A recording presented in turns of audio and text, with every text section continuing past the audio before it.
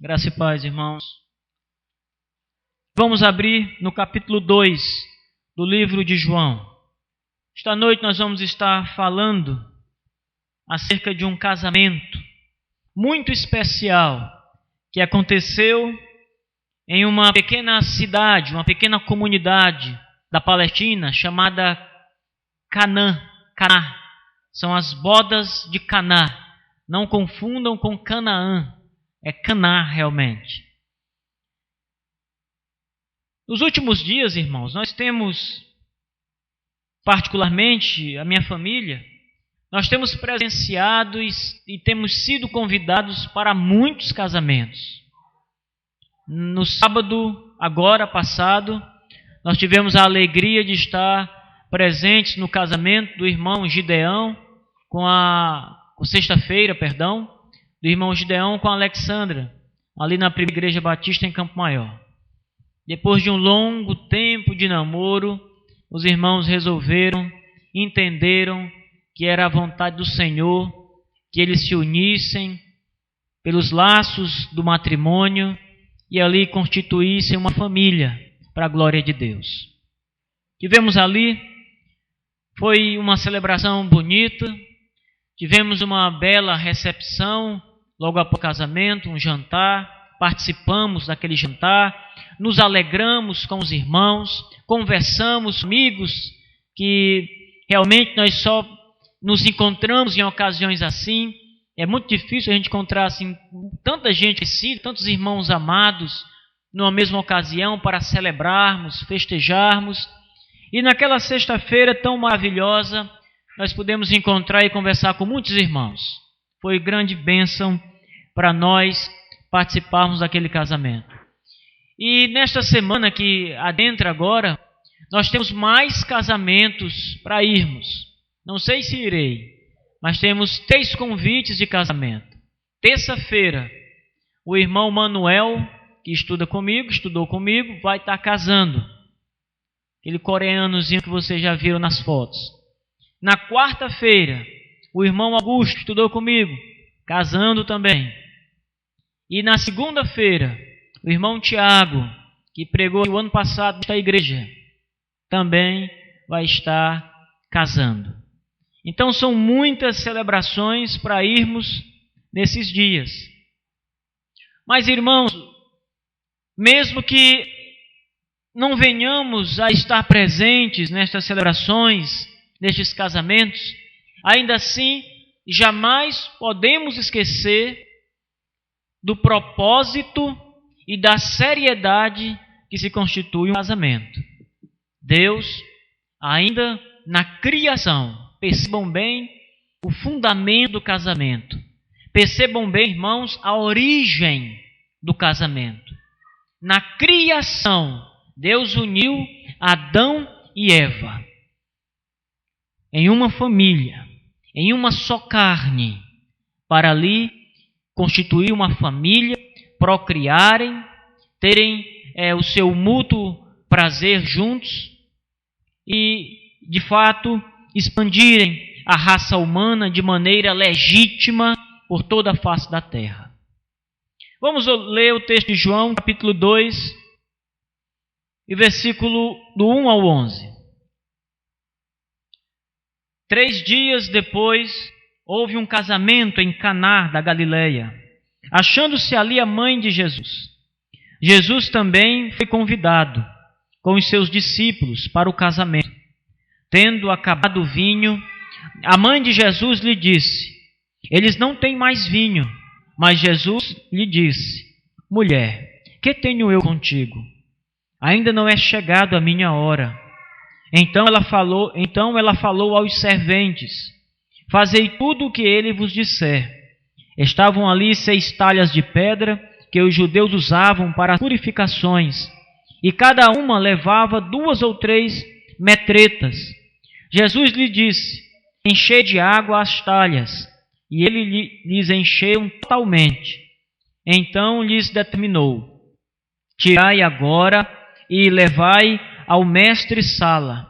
Eles o fizeram. Tendo o mestre-sala provado a água transformada em vinho, não sabendo de onde viera, se bem que sabiam os serventes que haviam tirado a água. Chamou o noivo e lhe disse: todos costumam pôr primeiro o bom vinho, e quando já beberam fartamente, serve o inferior. Tu, porém, guardaste o bom vinho até agora. Com este, deu Jesus princípio aos seus sinais em Caná da Galileia. Manifestou a sua glória, e os seus discípulos creram nele. Amém. E o Senhor nos ajude a entender a sua palavra. Vamos voltar ao casamento do nosso irmão Gideão, para continuarmos aqui na introdução do nosso texto de João. Certamente, irmãos, houve no casamento de Gideão e Alexandra momentos especiais, momentos marcantes para nós, para eles que casaram. Certamente ali haviam duas pessoas muito especiais que estavam casando. Certamente ali aquelas duas vidas tão especiais que estavam perante Deus e perante a igreja, confessando o seu amor mútuo, fazendo promessas mútuas um ao outro. Certamente ali foi um momento sublime para nós que estávamos assistindo. Eu vi muita gente dizendo assim, que já era casado: oh meu Deus, deu vontade de casar de novo. Minha esposa foi uma. Isso deu vontade de casar de novo. Inclusive disse para mim, quando nós tivermos com 25 anos de casado, nós vamos casar de novo. Reafirmar os nossos laços matrimoniais. E não foi só ela, não. Muita gente disse que quando vê um casamento assim, uma cerimônia, tem vontade de casar de novo. É um momento especial, irmãos. Eles estavam ali vivendo um momento único e especial. Além do mais, as mulheres solteiras também olharam para aquele momento e tiveram um desejo de casar. Na verdade, aquelas que ainda não casaram e viram ali a cerimônia e viram a noiva entrando pela igreja, todo mundo ali aguardando a noiva, certamente aflorou no coração o desejo de casar, o desejo de estar ali casando também. Casamento é uma realização, é um acontecimento muito especial para qualquer pessoa, qualquer ser humano, principalmente para nós cristãos que entendemos o que é o casamento em si. Mas havia ali, irmãos, duas pessoas especiais. Toda a igreja sabia disso. Havia Gideão, que era ali o homem especial daquela noite. Havia Alexandra, que por outro lado era uma mulher especial daquela noite. Eram os astros, digamos assim, daquele acontecimento. Mas quando nós olhamos com estes olhos, irmãos, nós maculamos o casamento. Quando o nosso entendimento é que a pessoa especial é a pessoa que vai casar, nós de fato diminuímos a importância do casamento. A pessoa especial em qualquer celebração religiosa, em qualquer casamento, sempre deve ser o Senhor Jesus Cristo. Sempre deve ser aquele que une, aquele que de fato abençoa a união. E não foi diferente no casamento dos nossos irmãos, Gideão e Alexandra. Podemos até ter pensado que eles, aquele casal, eram as pessoas especiais daquela noite, mas não eram. Tinham a sua grande importância, mas sempre será a pessoa especial, a pessoa bendita do nosso Senhor Jesus Cristo. Sem Deus não há casamento. Sem a bênção de Deus não há união legal diante do Senhor, do Criador do céu e da terra. Sem a ordem de Deus no Éden, sem o que Deus fez no Éden com Adão e Eva, jamais teríamos como realizar casamentos hoje, irmãos. Poderíamos ter qualquer outra coisa, qualquer outro tipo de união, mas não seria o casamento. Hoje existem homens e mulheres que se unem de maneira não correta. Conheço vários homens e mulheres que estão unidos de maneira que não passaram pelos votos matrimoniais. E isto não é correto diante do Deus eterno. Não é correto. Conheço homens e mulheres que dizem: nós vamos experimentar. Se der certo, a gente continua junto. Se não, a gente separa. Não tem problema nenhum, não precisa realizar casamento, porque casamento é burocracia. Então a gente vai ver. Se der, a gente pode até casar um dia, mas se não, a gente separa e cada um volta para o seu lado e estamos conversados. Essa não é a união que Jesus nos ensinou. Não é a maneira correta que Deus nos ensinou. Existem propósitos, irmãos, com o casamento. Existem propósitos. E um dos propósitos do casamento é a propagação da raça humana. Deus, quando uniu Adão e Eva, Ele os uniu para que a raça humana pudesse ser propagada, para que mais pessoas pudessem vir a nascer, para que a terra se enchesse de pessoas. Talvez você pense assim: bem, mas podemos encher a terra de pessoas sem o casamento. Quando um namorado ele tem relações sexuais com sua namorada, e ela então consegue engravidar, e ela dá à luz um filho, ela está enchendo a terra e não casou. Mas o casamento é o meio lícito que Deus estipulou para que a humanidade pudesse ser perpetuada, aumentada. O casamento é a maneira, meus irmãos, que Deus colocou como meio melhor, como meio que lhe agrada, como meio santo de propagar a humanidade. Casamento, irmãos, é algo muito especial. E ainda, outro motivo pelo qual Deus instituiu o casamento foi para que o homem e a mulher possam ter o seu contato íntimo de maneira santa, sem mácula, honestamente um para com o outro. Para que o contato sexual ali possa ser santo, irmãos. Eu sei muita gente que acha que o sexo é pecado, mas não é. Ninguém vai encontrar na Bíblia que o sexo é pecado. É pecado o sexo ilícito. Mas o sexo, como Deus o instituiu, no ato do casamento, entre o esposo e a esposa, é bom e aceitável aos olhos de Deus. Mas o ato sexual ilícito entre namorados, ou entre o marido e o amante, constitui-se ato sexual repreensível, reprovado, condenado diante de Deus, o Criador. Neste casamento, irmãos, aonde Cristo estava presente, na sua pessoa humana, neste casamento em Caná da Galileia, podemos encontrar ali os princípios do casamento. Foi um casamento judaico. Foi um casamento que foi realizado debaixo do princípio da aliança de Deus no Antigo Testamento, firmada no Antigo Testamento, reafirmada no Novo Testamento. Não houve coisas ilegais, não houve questões que não pudessem ser resolvidas. Não houve aquele negócio assim que acontece muito nos nossos dias.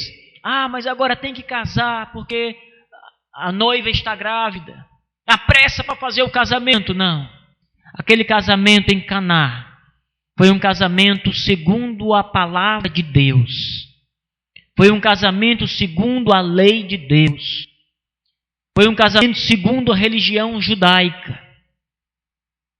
Foi um casamento, irmãos, levado do início ao fim, como manda, como diz a palavra de Deus.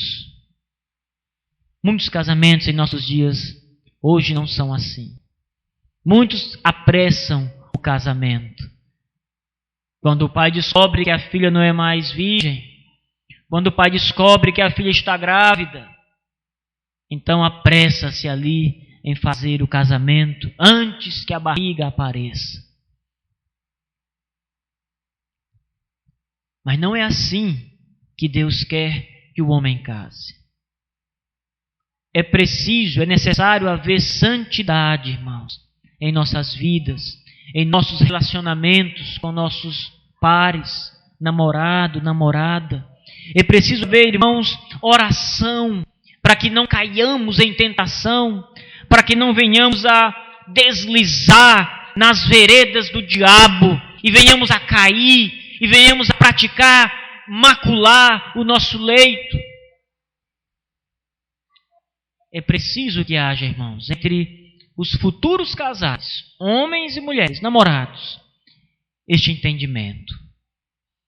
Eu sei que, principalmente na adolescência, os hormônios estão circulando à flor da pele.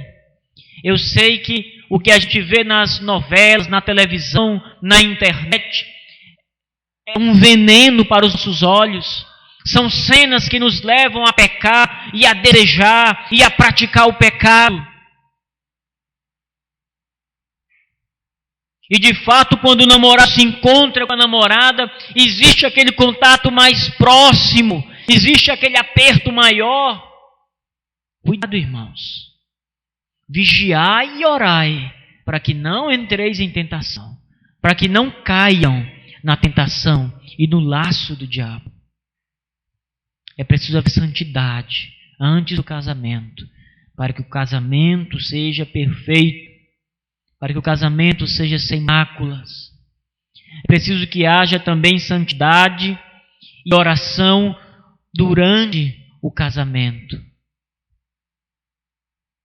onde o marido e a mulher precisam estar também buscando a presença de Deus, onde o marido e a mulher devem estar em uma vida constante de oração, para que não caiam em tentação, para que não também venham a trilhar o caminho da perdição, desviando-se do bom caminho do Senhor, traindo a esposa, traindo o esposo, ou mesmo levando um casamento de uma forma irregular e pecaminosa, cheio de impurezas diante de Deus. É preciso, irmãos, que a igreja ore, tanto antes quanto depois do casamento. É preciso termos essa atitude diante de Deus, porque o casamento é algo santo para o Senhor. É muito especial para Deus. E deve ser entendido assim, irmãos, para nós. Muito especial. Neste casamento em Caná, algumas coisas interessantes acontecem, irmãos. Primeiro, nós não sabemos quem é o noivo. Nós não sabemos quem é a noiva. Eles não são a pessoa especial neste relato de João. Nem mesmo a mãe de Jesus Cristo, Maria, é chamada pelo seu nome. João diz, a mãe de Jesus. Achava-se ali a mãe de Jesus, mas ele não a cita pelo seu próprio nome. Mas Jesus é citado. Também os discípulos de Cristo que haviam já feito a sua profissão de fé, que nós vimos nos versos anteriores, Natanael, Filipe, André, Pedro, João, eles também estavam ali com o Senhor Jesus Cristo, mas também não são citados pelos seus nomes. Perceba, Jesus também foi convidado com os seus discípulos para o casamento. João nos mostra, irmãos, que a pessoa especial naquele casamento em Caná é a pessoa bendita do nosso Senhor e Salvador Jesus Cristo. Não é outro, irmãos. Não são os noivos. Não são os discípulos de Cristo, não é o pai da noiva, não são os convidados, não é o oficiante, é o Senhor Jesus. Aqui muitos já casaram, mas muitos ainda vão casar. E quando vocês estiverem ali, naquele grande dia, dia especial para todos vocês, dia do casamento, saibam, irmãos, que a pessoa especial ali é a pessoa bendita de Jesus Cristo, que está unindo você com o seu noivo ou com a sua noiva. Ele é a pessoa especial. Saiba, irmãos, que é a pessoa bendita de Jesus quem vai conduzir o seu casamento. Ele é a pessoa especial. É a pessoa bendita de Jesus Cristo que vai manter o seu casamento. Ele é a pessoa especial, irmãos. Saiba que quando houver problemas e dificuldades no casamento, é a Ele que vocês têm que recorrer. Ele é a pessoa especial no casamento, irmãos. Às vezes há problemas que o marido não resolve, que a esposa não resolve. Às vezes há conflitos dentro de casa que ninguém resolve. Só Jesus Cristo pode resolver. Só Ele pode dar a solução. Ele, somente Ele, é a pessoa especial no casamento. Neste casamento em Caná, Ele estava lá. O Senhor da glória estava lá.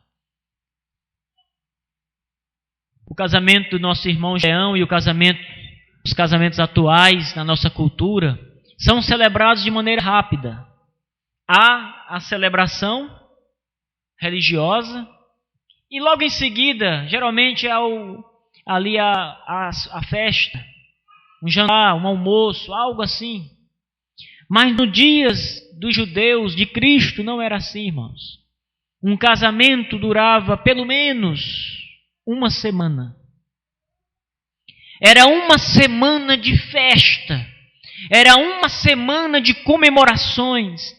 Era uma semana com muita fartura, com muita comida, com muita alegria, com muita música, com vinho. Era uma semana de celebração. Convidados vinham no primeiro dia, convidados vinham no segundo, no terceiro, no sétimo dia. E sabe quem arcava com todas as despesas? O noivo. E se faltasse alguma coisa no casamento, irmãos, isto era o motivo da maior vergonha para a família. Se em um casamento faltasse o vinho, se em um casamento judaico faltasse comida, faltasse algo, aquele noivo era coberto de vergonha. A família do noivo era envergonhada, era vista com maus olhos. Para se celebrar um casamento nos dias de Cristo, irmãos, era preciso ter muita condição, era preciso estar abastado financeiramente, porque era um dia de muita festa, eram dias de muita festa. No casamento que Cristo foi participar, foi convidado. Ali acontece de faltar o vinho. Muita gente acha que o vinho mencionado aqui é o suco de uva, mas não é. O vinho mencionado aqui é o vinho que nós conhecemos nos supermercados, irmãos. Suco de uva fermentado, que embriagava qualquer pessoa que tomasse exageradamente. O vinho é perfeitamente lícito na Bíblia. O vinho é usado para alegrar, para celebrar, aonde as pessoas se reuniam e cantavam e se alegravam diante de Deus.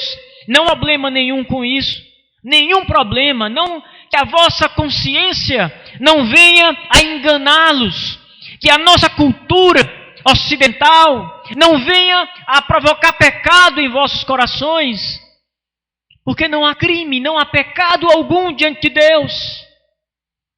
E até o próprio Senhor Jesus comia e bebia, mas não diz a Bíblia que ele se embriagava, porque isto constitui-se pecado e Cristo jamais pecou. Nesse casamento o vinho acabou.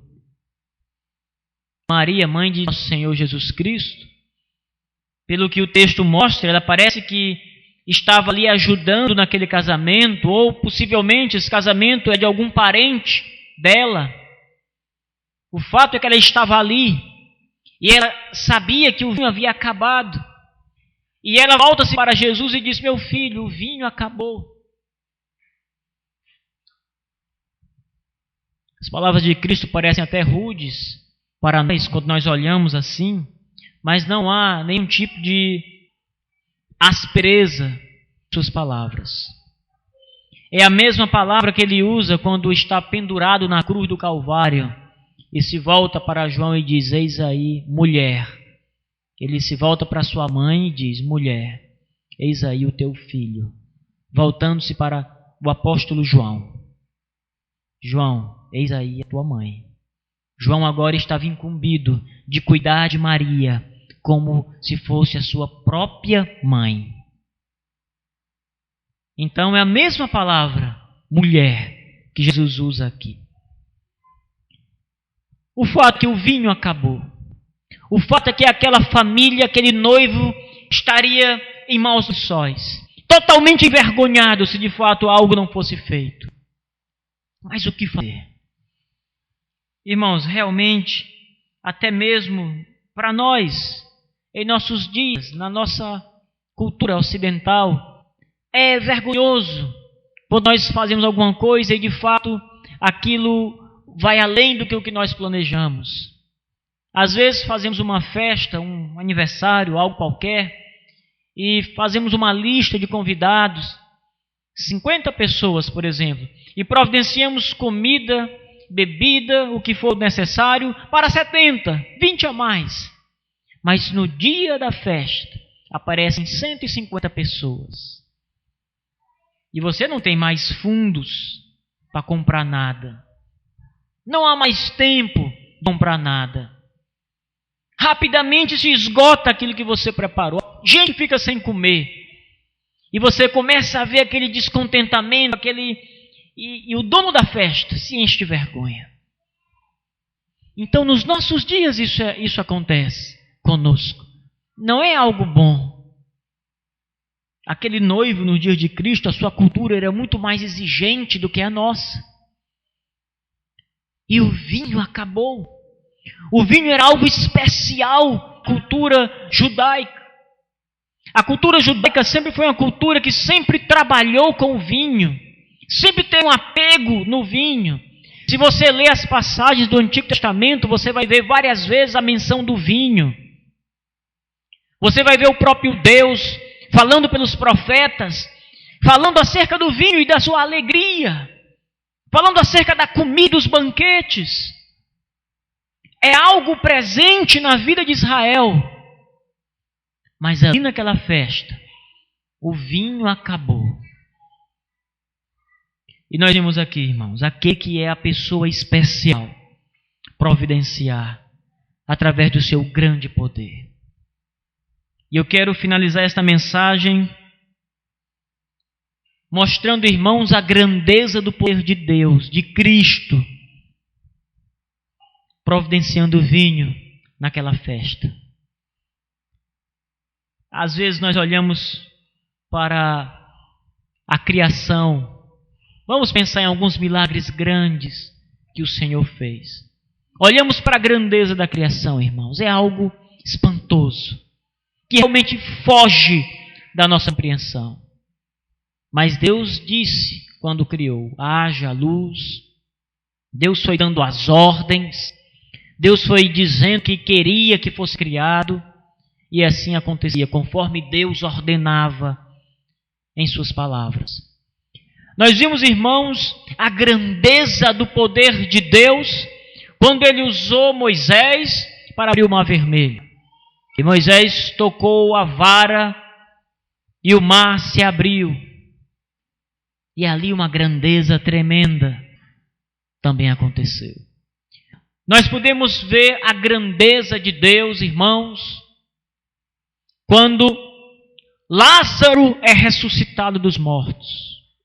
Ele estava ali todo enfaixado, estava sepultado, já há 4 dias que estava morto e já estava apodrecendo. E pela palavra, pela ordem de Deus, Lázaro veio, se levantou dos mortos e tornou a viver, obedecendo ao chamado de Cristo. E às vezes nós não olhamos para este milagre, que foi o primeiro milagre que Jesus Cristo fez no seu ministério. Este milagre aqui. Este deu origem. Este foi o primeiro dos sinais que o Senhor efetuou e realizou. E nós olhamos para esse milagre e não vemos assim muita coisa. Não, Deus transformou água em vinho. Irmãos, este foi um grande feito de Cristo. Percebam, irmãos. Versículo 5 em diante. Então ela falou aos serventes: fazei tudo o que ele vos disser. E agora começa a acontecer a maravilha de Cristo. Estavam ali 6 talhas de pedra. As talhas eram bacias grandes, jarros de pedra, que os judeus usavam para se lavar as mãos e para lavar alguns utensílios, no ritual de purificação que eles faziam sempre. Então estavam ali 6 talhas de pedra. Essas 6 talhas reunidas correspondiam a cerca de 600 litros de água. Cada talha, cerca de 100 litros de água. 600 litros de água haviam ali. Nas 6 talhas, havia 6 talhas que elas juntas poderiam somar 600 litros. E o verso 6 diz: haviam 6 talhas de pedra que os judeus usavam para purificações, e cada uma levava 2 ou 3 metretas, eram as medidas que eu acabei de mencionar. Jesus lhe disse: enchei as talhas com água. Elas estavam secas. Cristo manda que as talhas sejam cheias de água. Dá uma ordem aos seus serventes, aos serventes do casamento. E eles as encheram totalmente, transbordando. Então lhes determinou: dai agora e levai ao mestre-sala. Eles o fizeram. O que havia nas talhas? Água. Todas as talhas repletas de água. Quando o mestre-sala era aquele homem encarregado pela festa, era como se fosse o mordomo, chefe de tudo que estava acontecendo ali, o mestre de cerimônias. E quando eles levaram as 6 talhas, que o mordomo provou o vinho, a água, e ele olhou e se espantou, irmãos, com o conteúdo das 6 talhas. Vinho da melhor qualidade, vinho do melhor já produzido. Mas Jesus não disse: água, torne-se vinho. Jesus não foi lá e tocou na água para ela tornar-se vinho. Quando Jesus curou aquele cego,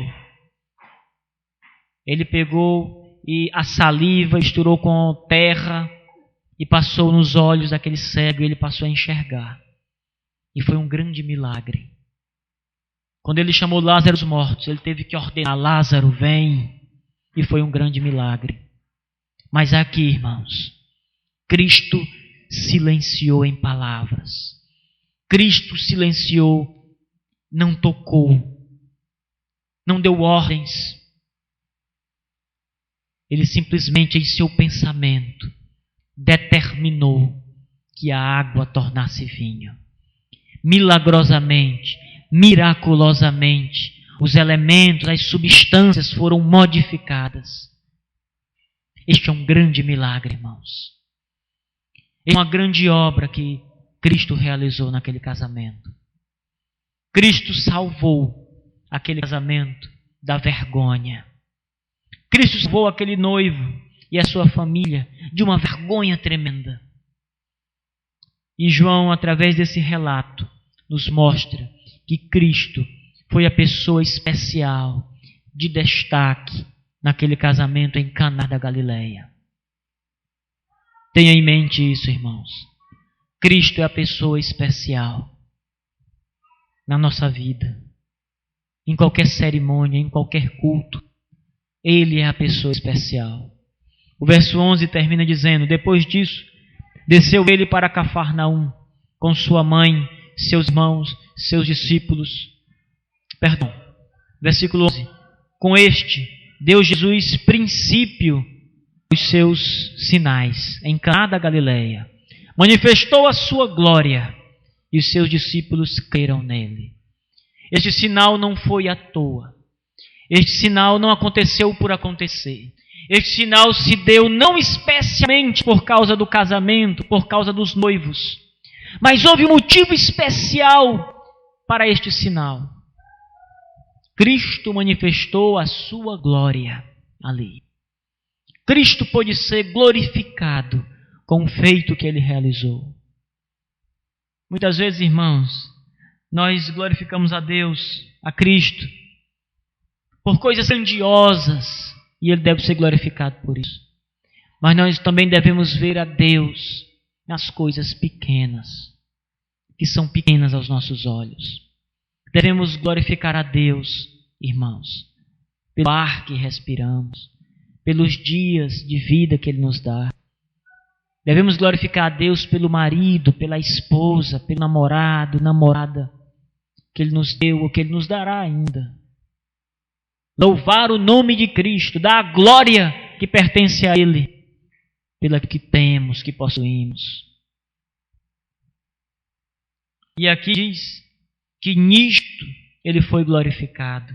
E ainda outro muito especial, através deste grande milagre, água em vinho, os discípulos, a Bíblia diz, creram nele.